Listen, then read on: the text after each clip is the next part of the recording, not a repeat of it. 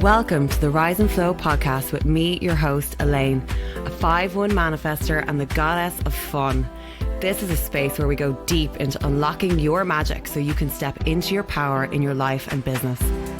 Tune in weekly with me and a host of expansive guests where we dive deep into areas such as energetics, spirituality, and business so you can rise and flow.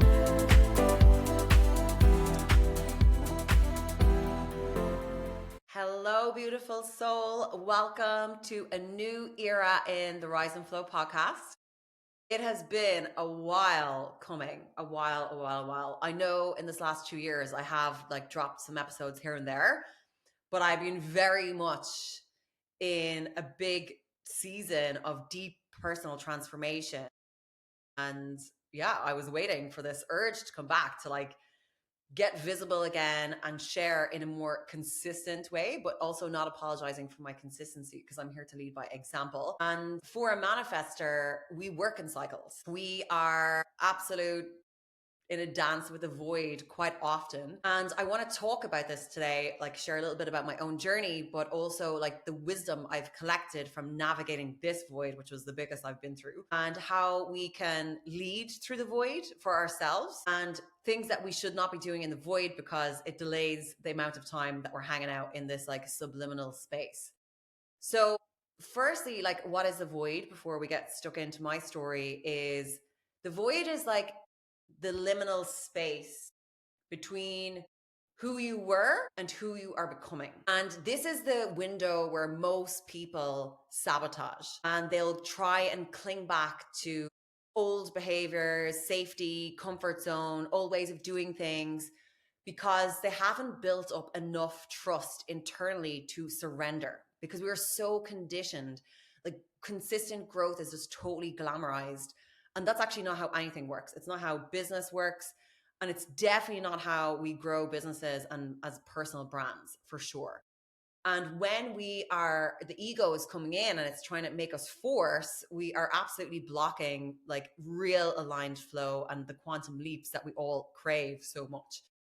So I'm always come back to nature, right? And as a manifester, we're very cyclical beings. So it's we're either in this huge creative urge or it's a rest cycle. It's one extreme or the other. And for me, it can feel almost coming from a corporate background where we all are conditioned to perform and continuous output. When I got hooked into experiencing my first creative urges as a manifester, I really realized how much my worth was attached to what I created. And this was so much of the deep shadow work I had to go through in these last 2 years because I'm oh my God, am I ever going to create anything again? And then I was Elaine, you're literally creating an entire new life. You're creating a new blueprint. You've just moved countries.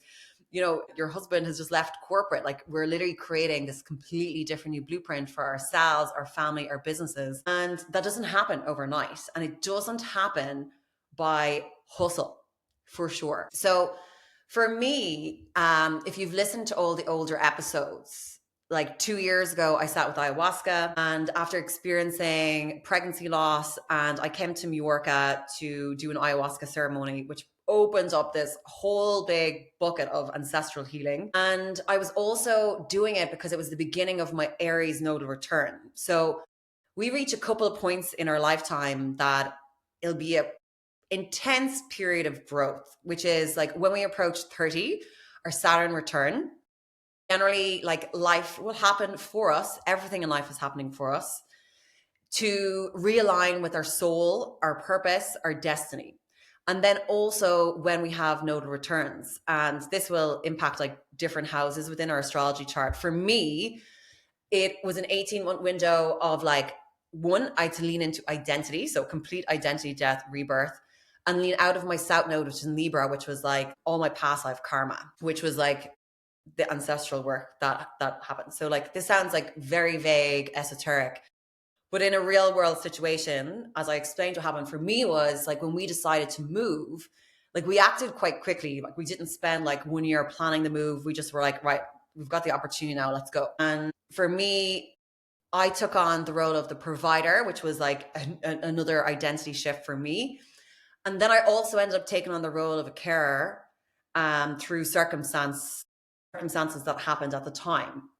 And that definitely made me a bit frustrated at periods of time, because I was like, there was an element, he naively thought like, okay, I'm moving, I'm letting go of like my home and the structure and the foundation that we built, and we're building something else. And I'm just going to focus on my identity and do a rebrand and like a new photo shoot that I wanted to do. And it was all going to be amazing. But no, there was like so much shadow that was illuminated through the situations and events that happened through my family. And it brought in such a level of deep grief I cannot explain. And I could have like, worked and forced an agenda or my strategy that I had initially, but I was like, no, I have to just like surrender and let this burn. So I'm recording this now as we begin this eclipse season, because the thing is, growth does not look the same for everyone. Like everyone in the collective, you've got a different human design, you've got different core wounds, you've got different soul purpose. Your placements are all different. So we're all impacted in different ways. But I want to just share actually just a little bit on my experience throughout this of navigating the void that might provide you some comfort, and not to lose hope and not to give up on your path, because society and our ego will try and pull us back to the familiar. And the familiar is not necessarily what is best for us. Like, we see this in abusive relationships where people leave and then they end up going back because that's what feels safe for their nervous system. There is so much work that needs to happen to hold ourselves through the void. And that starts with like self-care, self-awareness, and focusing on alignment and understanding that death, grief is a part of the journey. The void is like a rite of passage for everybody. And it's something that we will go through time and time again. Every creation, every business, every brand goes through death and rebirth cycles in order to access sustainable growth. And a lot of people can they can be in this period of like, they're loving their life and they're loving their business, and then the energy starts to wane. And when we start to lose the energy and the desire and we lose fulfillment, our resonance drops and we start attracting in experiences and people and things, whatever, to actually help us go, okay, to bring us back into alignment, to invite us deeper into our shadows in order for us to rise above it and evolve. And that's what our soul is here to do. It's here to grow continuously, not just in the beginning stages of our life when we're going to college and gathering new skills. Like, this is a lifelong journey that we only graduate when we leave this earth plane. So I'm always like, the void is not failure.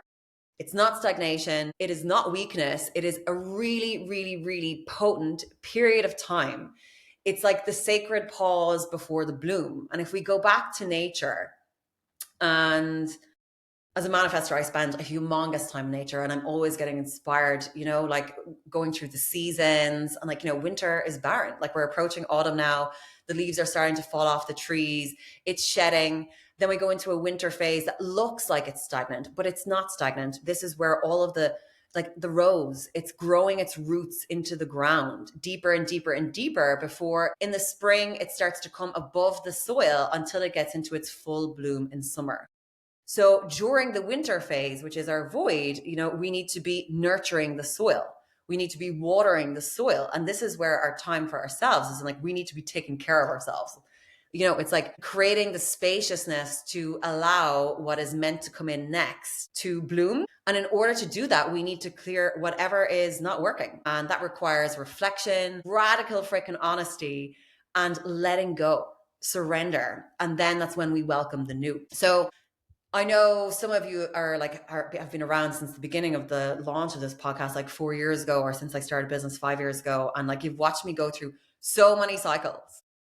The last one was definitely the biggest, and it makes total sense for me now, because as much as I had built a business model that aligned with who I was as a manifester and honored my rest cycles, and it did create the spaciousness for me to really lean into this period of like healing and transformation, I also like unlocked so much shadow of like where I was still over functioning, people pleasing. Oh my God, it was insane. And obviously, like, the ancestral work really brought me there, because it brought me into like my mother wound, my father wound, abandonment wounds. It was deep, deep, deep, deep, deep, deep work. And I remember it was the blessing for me was actually having had so many clients that I've held through the void phases, or so many spiritual entrepreneurs I've worked with who work specifically around ancestral healing.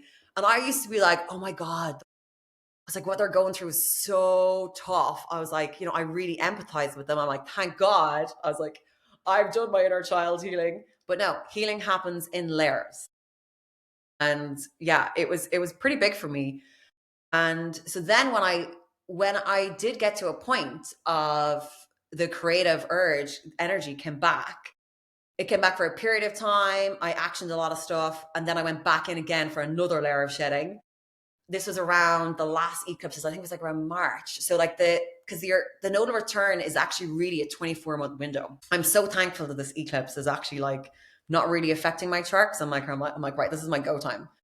So I just want to share this journey and some advice that I have for people. And because for a lot of people, it probably looks like I haven't been on some to avoid. Maybe I'm just very inconsistent in my social media marketing or podcasting or whatever, because I've launched a new app and all these different things that have come out, and it seems quite quickly, but it's because a lot of foundational work was done during the void, when I literally was like, I didn't know what was next. I was waiting for a long period of time with just like this little glimmer of a vision that source had given me, but it wasn't giving me the next steps. And it didn't give me the next steps until I surrendered, until I let go and honored the void. So wow, okay, where do we go from there? What not to do in the void. So this is rest is something that I have massively been teaching, and the medicine I've been sharing through like my hypnosis tracks and programs and stuff over the last number of years, because as a manifester, that's what we're here to teach, and we're here to model. And it takes so much deconditioning for us to feel safe to rest, because we've been conditioned to go. If have any sort of survival patterns running beneath us, like, it is not going to allow us to sit and rest, because the ego will do anything to tell you, no, you need to create. And I've done this at times, right? And so I want to share some of my lessons from this. So things like forcing a brand or forcing a new offer while you're in your death phase. The death phase is grief. And if you're not allowing yourself to feel these emotions, you're keeping yourself stuck. And it's funny because like we think typically like grief is like somebody dies, or like you lose a friendship or a breakup or whatever. But the grief is happening through all stages of life. We are cyclical beings. Like I even think like with the kids, when the transition from, when they were younger into the teen phase and they don't hold your hand anymore and the dynamic shifts, you have to grieve that element of that relationship dynamic to welcome in like what the new dynamic can be. And that's the same in like your marriage. It's the same in every area of life. But when it comes to the self and our own identity, we're grieving so much. We're grieving so much when we're coming aligned back to our own blueprints. Like the deconditioning journey is like a deconstruction of who we thought we should be, so we can step into who we are here to be, who we want. And many of us get stuck because like we have an idea of like what we desire, but we're unaware of the unconscious conditioning that is preventing us from making that happen. Like we'll try and hustle our way through things, but it actually happens through death and surrender. It's becoming aware of the shadow. And it's only when we stop and we create that space can we see the weeds, can we feel what is misaligned. And often it's like taking a step back to see, like, it's like, okay, well, what wants to come with me? Like what offers still resonate with me? What friendships still resonate with me? What type of clients do I like serving? And what do I not like? Who do I not want to work with anymore? So we cannot birth magic when we are clinging on to the ashes of the old and old parts of ourselves. And your higher self and the universe will never let that happen. So I'm like, do you want to make it easier or harder on yourself? Because clarity does not come on demand. It comes through surrender. It comes when we are ready, and we are at a frequency where we can receive. And our frequency is not built by the external validation. If we're working to magnetize and attract, it comes in the void. You develop it in the unseen world. And that is when you can grow sustainably as yourself, because you are rock solid in who you are, what you believe in, what you desire, and what you're here to do. So always, time and time and time again, my biggest breakthroughs have come through grief portals all the time. It's like, it's allowing myself to feel. And to be real about this, like, as in, like, I've had days where I would just be in bed crying. Like, I could be like, it could be just something would come up through an eclipse portal or a deep healing session I've done. And I would just create the space and I would allow myself to go there. And I knew like a lot of what I was clearing was ancestral. It is like inherited programs, beliefs, trauma that is in my system, that I was like, right, okay, I'm clearing this because I'm here to create differently. I'm breaking the cycle from what I came from. And it was heavy. It was like, it was tough work, but it would be crazy because there's times I remember actually when I launched the Evolve by Design app earlier in the year, and we did this rest, reflect, and rise event. And I was like, boop. And then like I had this day where I just felt this immense grief and sadness. And the thing is with manifestors, it's not even just clearing our lineage. We feel for the collective and everything that is going on in the world. And I just like, it was really challenging. But when I just allowed myself this space, then I would get this clarity of like, okay, well, what's my role to play here? And what is it that I want to do? So another mistake people make in the void is the fear of becoming irrelevant, the fear of losing the growth that you've already built. Really drives you to be online more and overexpose yourself when you're in this period of death and grief, and again brings you further out of alignment, and you're bringing in so much external energy as well that is slowing your progress down. It's scattering the channel, but then it's also, you're putting out a resonance that is actually not going to be attracting the opportunities and the clients and the clarity that you're actually seeking. Like, silence is sacred. I'm like, there's another one. Like, I'm like, the work's in the rest. The silence is sacred. So you do not need to live stream your breakdowns to prove that you're healing, to prove that you do shadow work, to prove that you're good enough, all this kind of shit. Like, I mean, I've talked about this for years in the podcast, and the one I shared just as we made this move and I landed in Mallorca, and like what happened to my family and the mental health challenges and the breakdowns and everything that occurred with others, and how that affected me, and how it really blocked my voice as a leader. And I felt I was feeling this internal call to like, I need to speak my truth if I want to be authentic. And I'm like, the way we've been driven by algorithms and social media sharing authenticity is crazy. And as I navigated my own void, I really was like, nah, I don't really feel like social media is aligned for me anymore to build my brand, build my business. But I was like, is my brand big enough? Am I going to be able to grow my business and not be on social? So when I would come out of my different periods, I haven't been in the void for 2 years, but I've been going through cycles. I was testing more of like, okay, what feels aligned for me? I was like, I'm going to actually just network more. And that attracted, like, I didn't write down, okay, here's my dream client and put it on my website. And I didn't test any messaging. I literally just like connected it with myself. Like, what is the frequency and the qualities of people I want to work with? And naturally, I just was meeting them either in real life or they were coming through my funnel or through my podcast. And I was like, right, okay, podcasting is going to be my number one tool again. But I slowly started deleting, shedding. So I deleted my Facebook. I deleted my company TikTok page. I was like, nope, these channels don't align with me anymore. I, for a long time, questioned deleting Instagram. But I really do love creating reels and the visual content and stuff. But even though I really feel like my audience has shifted a lot, that I was like, no, I'm going to stay for a period of time. And then it was through the letting go, I got the whole vision for creating the app. And to be honest, I had this a long time ago, but I didn't necessarily see platforms that actually had the technical capability to deliver what I wanted. And then last year during the eclipse season, it was like, right, go. So I had already actioned it, commissioned the team. I'm like, right, build the app. Even though I didn't have the full vision for like what was the strategy behind it, I just followed my intuitive urge. And then I went through another pregnancy loss, and that brought me through another grief portal. But at the same time, my back end was all being streamlined. So I just, again, I literally just disappeared for months. And while I disappeared from social media and being visible, I still was working when I'd honored that initial grief portal. And I was attracting in so many different opportunities. Like my business has just changed so much in this period of time of surrender and shedding, like, bringing these tools of like self-awareness, human design, energetics, subconscious work into corporate, working with men as well as women. And it just allowed me to really develop a lot of different frameworks and tools by working individually with people one-on-one as well.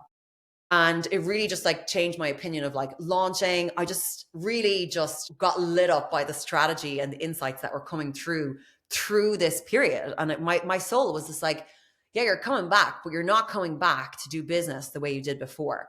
Because many times, like it was hard for me, right? Because before we made this move, my business was thriving. I was on such a growth trajectory. I was like, oh my God, I can't believe that I'm able to like build a business where I can work from anywhere. I've created all this freedom.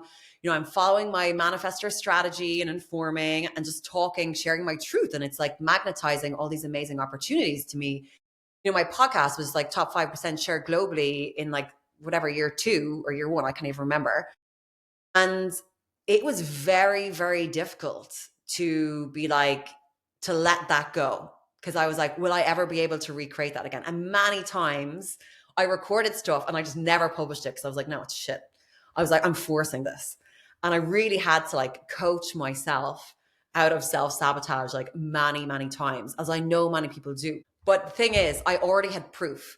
I had proof that when I create from truth and resonance and alignment, then it naturally just flows and I don't need to worry. So I am safe to surrender. And I had the resources to be able to do that. So I was like, why not? I'm like, I am ready for like the biggest quantum shift that's available and I'm going to surrender to this. So another mistake, mistaking rest as failure. And we think we're conditioned, as I said many times, I'm like that, like rest is lazy, but I'm like the work is in the rest. And it's not because just the ego telling us like, go, go, go, go, go. It's because when we stop is when the shadow surfaces. It's when the ego comes in extremely loud going, go back there, go back there. And this is where the real work begins. So you're not stagnant in a rest phase. You're integrating all that you've learned. And this is the same with anything. Like it's not having an integration phase when you're doing self-development work or business growth is like the biggest waste of money ever. So like when we tune it into frequency, if we just look at frequency, right, say you go to a retreat and you've created space, generally shit comes up the first couple of days, and then you start to get clarity and you feel freaking amazing. And then you come home and you're going good for a period of time. And then it's like, oh, what's going on? Like, I just feel like I'm back in the same place I was before. And then you'll book another retreat and blah, blah, blah. And the cycle just keeps repeating itself. And you can apply this to anything like relationships, the way you're doing business, whatever. And it's until you learn the lesson, it's going to present itself in different ways time and time and time again.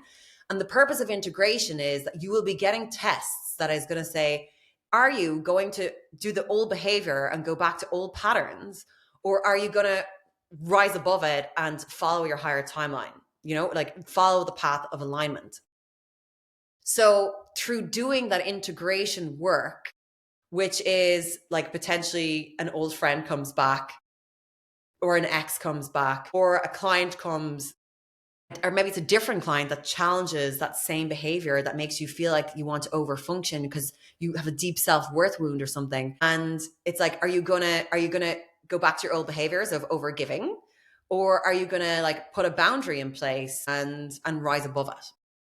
And when you take that action from your higher self, that's when you shift your frequency. And that's when you get ready to quantum shift and welcome in all of this abundance and opportunity that's sitting there waiting for you. But it doesn't happen unless you're honoring the void, unless you're working through your integration phase. Because your nervous system needs to heal. It needs to recalibrate to this new way of doing things. So Next up, creating from panic as well. And I find the panic comes in when you're reaching the end of the void. It's like you've been getting glimpses of clarity. You're like, okay, I feel it coming. And then it's like, right, I need to go now.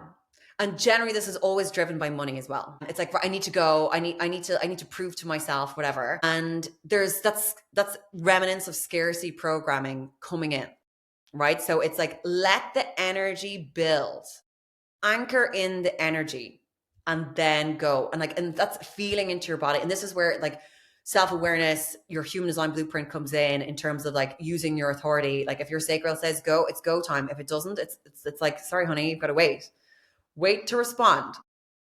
Just applying that to like the generators, mani gens, but like, make that relevant to what your human design is. And then waiting for permission to take a break, waiting for permission to go. Only you know, right? Only you know, only you can give yourself the permission slip. And this is where coming back to your design is essential.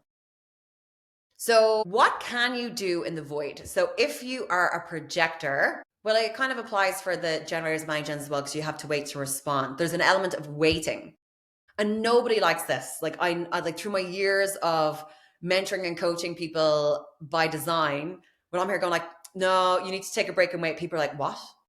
It's like, but I'm ready to go now. And I'm like, no, no, no. I was like, let's just like take a pause here. For projectors, this can be even more painstaking because it's like wait for the invitation, not even wait for things to respond. Mani gens and generators can get things to respond to all the time. Like they might be getting hits off watching TV or listen to a podcast and then they can go. But the projector has to wait for the invitation. And so a lot of the same advice applies, like going through the void, as it would if you're a projector, just to recap, if you're a projector here and listening. And that is one, honoring the death of what needs to go. So like old versions of yourself, like journal, grieve, let go, archive old offers, delete them, like get rid of all the energy. So like think of it all as like, I've burned pictures. Like literally when we moved, like the foundation I had built in Ireland was pretty, it worked. It was worked for the period and the stage that we were in our evolution. But it obviously, we're moving country, it's like new bank accounts, learning a new language, like navigating the whole real estate market. Oh my God, like finding a new home. We moved 3 times in the year to find, well, it's not our forever home. We're going to be here for like another year, maybe. Who knows? Who knows where, like, this is going to be our European base, we've decided. But like, we've a lot more travel ahead for us. And as part of all this, I was doing like release ceremonies like all the time, like to the extent even when we look at energetic sovereignty in building a sovereign life and architecture, I was like, right, I'm getting rid of my phone number, which was so much work. Well, sorry, I resisted it for a period of time and I did a dual number. And then my phone was hacked, actually. So this is an example of me refusing to let go, something that my intuition guided me to. It was like, get rid of the number. I refused. And then I was like, no, no. And I ended up being pulled back onto WhatsApp for a period of time as well. And so I was like, no, I'll just have my Spanish number there and it's cleaner with boundaries, blah, blah, blah, blah, blah. And then it was hacked. And like literally just one day I opened my phone and I couldn't access it. And I went to go for a facial and the girl was like, oh no, sorry, I changed your appointment time. I text, but I think it's your husband's number. And I was like, what? And she showed me my WhatsApp and the messages. And it was like this Chinese guy. And it was funny at the time because I had been doing the fundraiser for Myanmar and everybody thought it was just me because of my years living in Asia, that it was something to do with the fundraiser. And no one realized that it wasn't me. But anyways, so this intrusion was like, okay, right, even get down to the extent I'm like, I'm shedding my phone number because looking at energetic cleanliness, I was like, that phone number I've had since I was in college. I had like 2,000 contacts on my iCloud. Like I don't connect with 2,000 people. Like, I mean, it was every job I've ever been, it was all synced to the cloud. And I was like, deleted it all. Because here's the thing as well, like all our storage, our clouds, Google Drives, whatever, all of that's consuming energy actually in terms of, if we to look at sustainability for the earth, it's burning energy, but it's all dead information that I'm never going to use again. I was such a hoarder. I used to always save all my college papers, whatever. I was like, so I just did this big, massive cleanup. when I was in my void phase. Like I was putting in new systems in my house for flow, new exercise routines, like whatever. I literally was like creating everything from scratch to honor myself. So I looked at like very much like kind of going, right, these parts of me are dying. These are things I didn't like in life, business before. How can I do it differently, right? How can I create systems and simplify my life and build solid foundations across every area of my life to support whatever creation wants to come in next? So my advice for you, if you're going through the void phase right now, it's like look at absolutely everything that does not light you up, that your authority is like, nope, and get rid of it. Delete it, clean it. And I cannot explain how good it feels. But the key thing is then, right, when we clear energy, stagnant energy, we are open to bring in more of the same. I do say this in like my healing ceremonies and circles. Like, imagine ourselves like a Lego person, and removing programming or deleting old behavioral patterns, etc., conditioning. We're taking out the blocks. Then your nervous system, right, is like, okay, something's different here, something's different. This doesn't feel safe. This doesn't feel safe. So unless you're actually intentionally programming in something else or replacing it with good habits. So this is back to like awareness and intention. You'll attract more of the same things. And this is how we can get stuck. So we need to be like teaching our nervous system. This is where all this like deeper rewiring work comes in. It's like, this is safe. Like rest is safe. It is safe for me to claim my desires. But look at the person. Think of like, what is the identity of the person that has the life that you're working towards? Regardless if you're not clear of what the creation is that's going to get you there, what are the behaviors? And start bringing these rituals into your day-to-day now, so you're anchoring in this new frequency and you're not going back to the old ways. So the core lesson, I suppose, number 2 is really like focusing on sovereignty and not scale when you're in the void. So for me, thankfully, I had shifted to one-on-one work before I made this move, because I was like, I am not going to have the energy for creating group programs and launches and all this kind of stuff. And it actually massively just like changed how I did business entirely, because I was like so undercharging on my earlier years of business for the value of what I was delivering. And then I was like, wow, I'm making more on one-to-one client than what I was doing running a group program for 3 months. Like, this is freaking crazy. But what I did was then digging into like, why was I doing that, and shifting these patterns and rewiring and making sure that I was refining this in my nervous system and in my belief system when I was in this void phase. So like, this is real leadership. Like, it's in the quiet spaces, it's deep, it's sacred, it's powerful, and it happens in the unseen and not hustling through your discomfort, because that just slows down your growth. So in the void, like as you've learned, I suppose, from me sharing bits and pieces, what I was working on is like, it's like prepping the playground for like this new era that you're going to be moving into.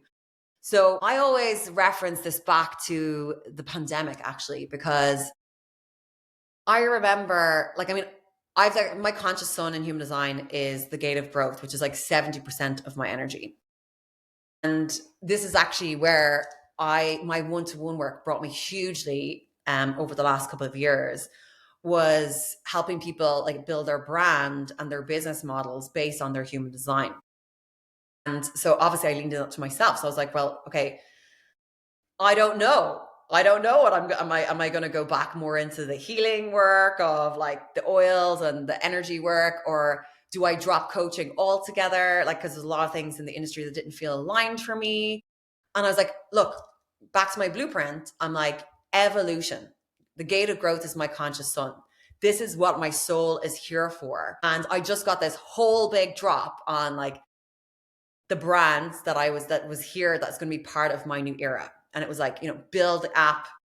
I had this like, this vision for a community for a long time, but being a manifester that goes through rest cycles, I had so much resistance in how that was going to look, because I didn't want to commit to something that was going to make that I couldn't take a step back from. I was like, the brand needed to be bigger than just me, essentially, Elaine.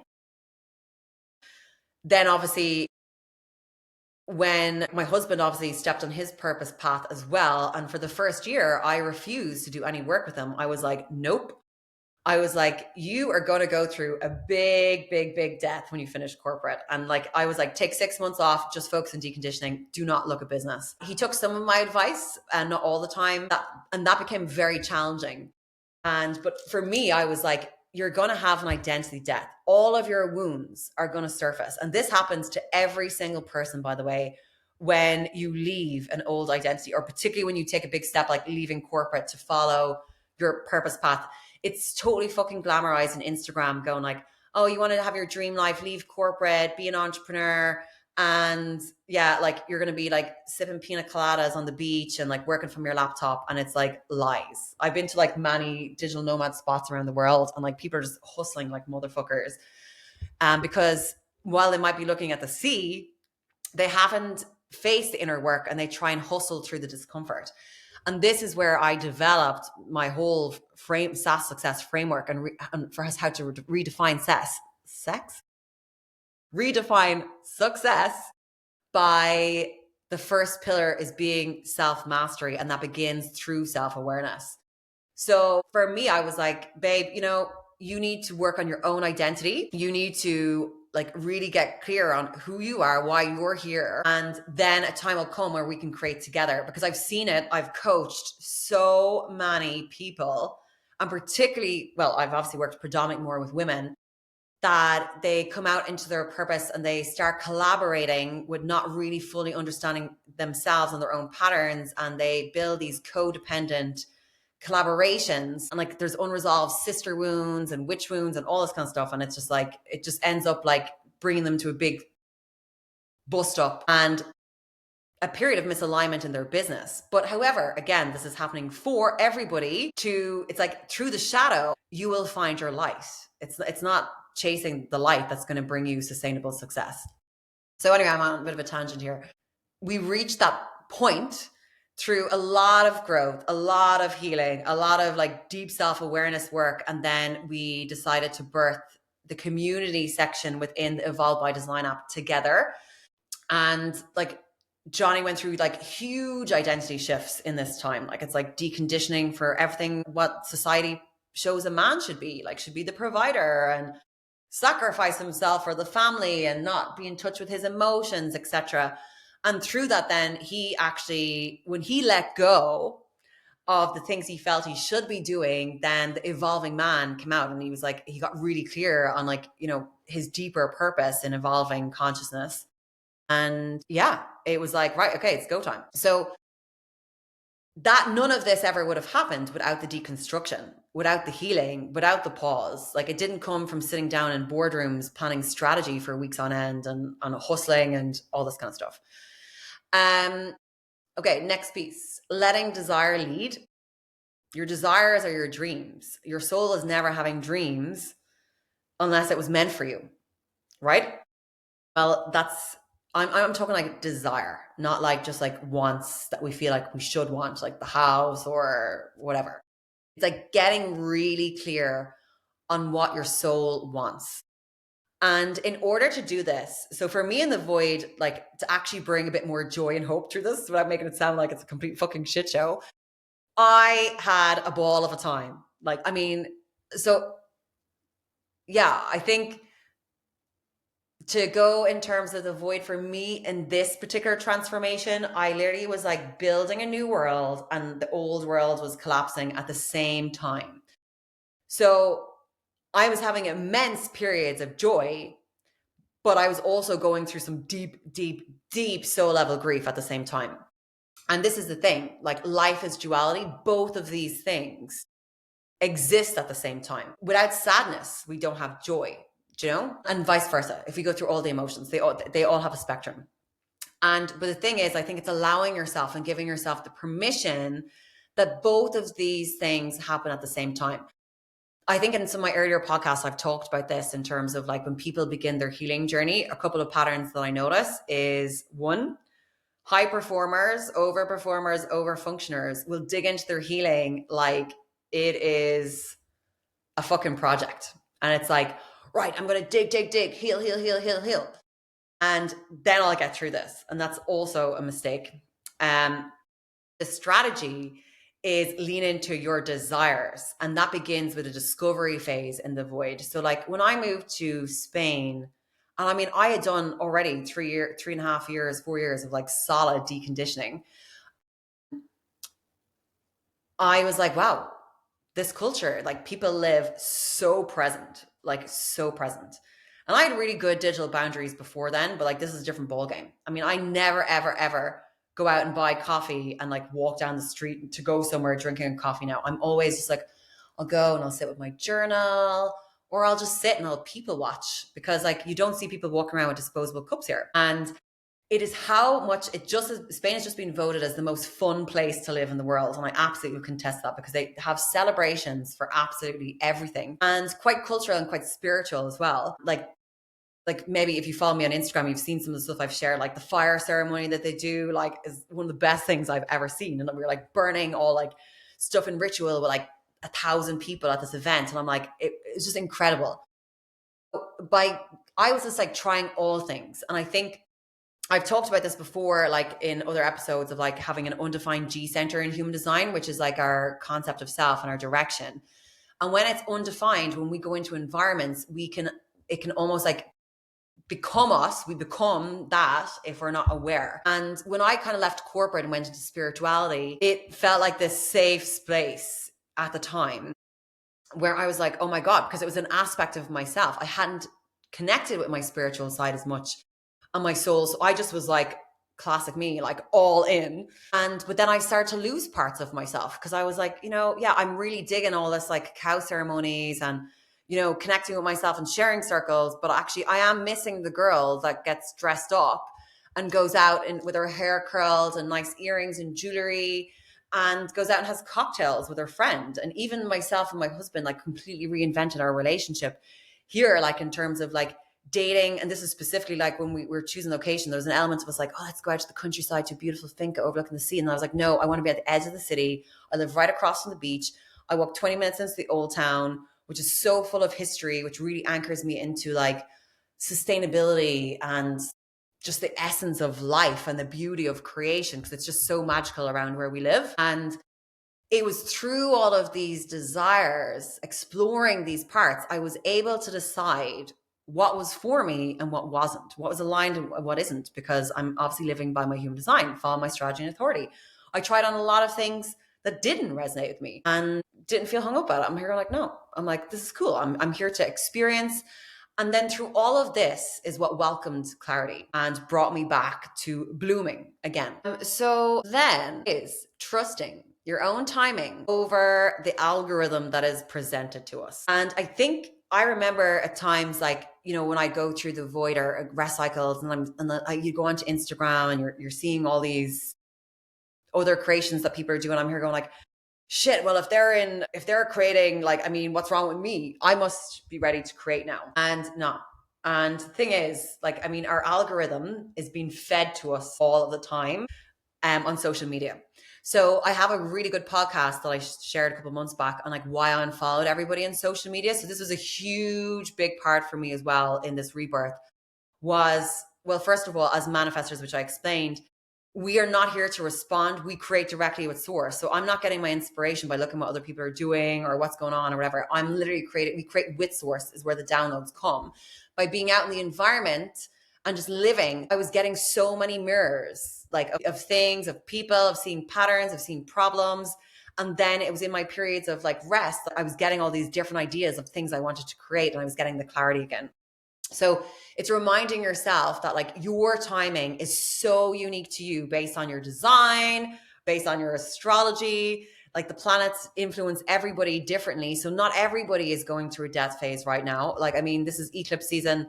Of course, I'll have some stuff to like, I'm like very much more in a period of like refinement. And honestly, I don't think there's much more left for me to shed, or else I'll disappear. But like, I think it's reminding yourself that like you have your own unique path and you're not behind that divine timing is really significant. And it's like focus on building yourself, building your frequency in the void, doing things that nurture yourself, the self-care, the awareness work, because it all happens again, like the rose, underneath the soil before we come out to be visible. And then we go into full bloom. The magic happens in the unseen. So I think that is kind of like it in a nutshell in terms of the void. You're not crazy. You're not behind. It's like tune back into your strategy and your authority. Sorry, actually, there's another piece. Get support. And this isn't a sales strategy here now or anything. Like, I mean, I'm not even talking like in terms of coaching or mentoring. Like, it's like work on all the parts of yourself that you never had time to do. Sorry, this is what brought me back to the pandemic situation. Because I remember I used to always say when I was in corporate, so like I spent a couple of years when I was in corporate side hustling and retraining in like holistic massage, aromatherapy, all these different things. I was running like wellness days, all this kind of stuff while I was in corporate. And I used to be like, but I used to always remember as I approached 30 onwards, I was like, I found it harder to stay in shape.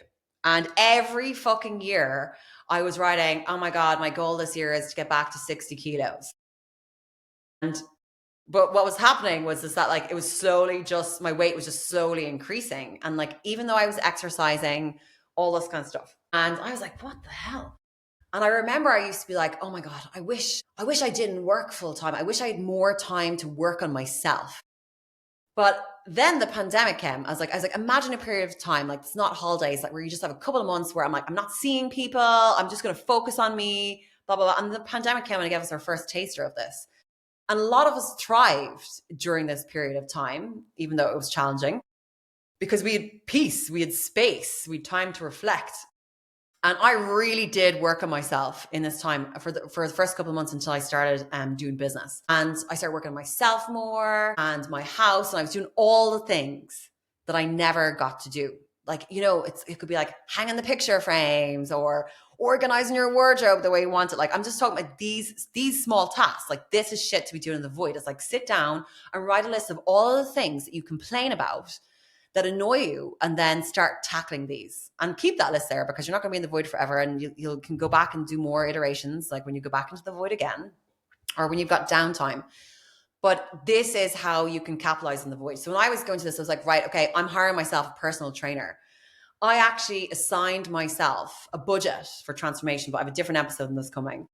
And I was like, right, I'm going to literally get support in all of the areas that I have been my weaker areas, and I'm going to come into alignment in these. And that was a really big key piece for me in coming back into like really deep alignment with myself and entering into a new creative urge cycle. So there we have it. And I'm going to have another episode coming, diving deeper into astrocartography and using your authority for growth, which is really exciting. I'm diving you into my journey to Thailand, which I went on in April, which was meant to be a 3-week trip that ended up being 2 months. But again, because this is relevant to the void, I had just come out of the void and I was kind of tired. Like I was a bit like, wow, okay. And part of me was craving the break just for myself. And I was like to my husband, I was like, do you know what? I just have this urge to go to Thailand for 21 days of self-sovereignty. And I was like, I really want to anchor into this new vision, the brand, all the creative downloads that have come. I was like, I know it's here and I could just action right now.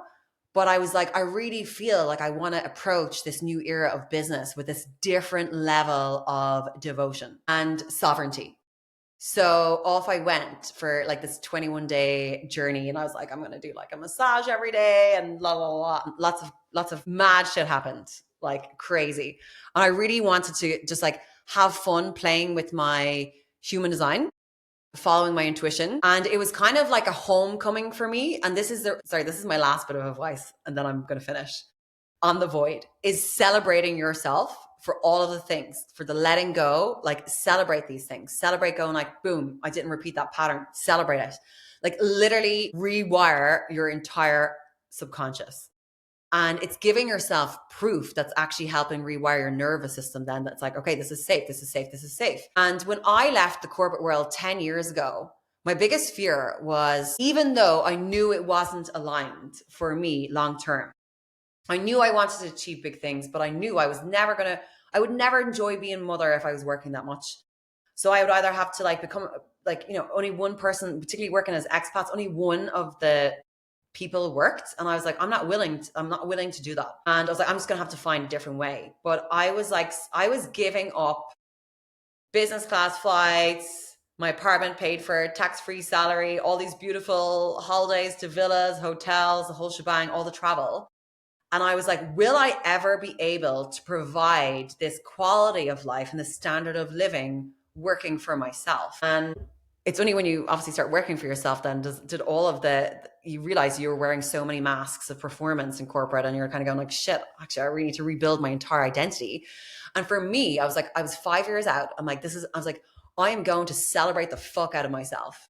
So my next podcast is sharing a little bit about this journey, some of the wild things that happened, the fun opportunities that come out of it, a bit more of a death shedding when I was on retreat that led me back to this new era. So I hope all of you got some wisdom from this. I would love for you to share any takeaways in the comments that is now available on all the podcast platforms of like something that maybe shifted for you in this, like a key learning that you had. And yeah, let's connect. And more importantly, my new iteration of Ecosystem Evolved by Design app is available that I'll put in the show notes. This will be the first podcast episode linking this. So I soft launched this in January, and it was just for clients. So people who have any of my hypnosis tracks or online courses, or my one-to-one clients. So you can like book all your sessions in there, and it's like a beautiful, streamlined, easy system. Really makes it so easy for growing and scaling a business and providing amazing support and experience. And we've just launched the Evolutionaries community in this app. So I'll put the link to join this as well. There are lots of different masterclasses happening within this community that are free. It's free to join. So you can get a taste of some of the different modalities that I do, that Johnny does, that other experts that are here to create change and be the change that we want to see in this new earth that's forming as we're going through all of these like systems collapsing and new ways rising. So you can connect, and it's not, as I said, as in like I dropped just working in the spiritual niche. So you've got people that are coming from different professions, for people from corporate, people that are from entrepreneurs. The common theme is people that seek growth, and they seek growth through self-awareness, through alignment and resonance. So if you aren't a member yet, do join, click the link, and we will see you in there. Thank you so much for allowing me to be a part of your journey in activating your higher self. I'm so grateful to every listener in this community and would love to know what you think. So drop into my DMs or send me a message and be a part of the expansion of our collective by subscribing, sharing, and leaving a 5-star review. And let's rise and flow together.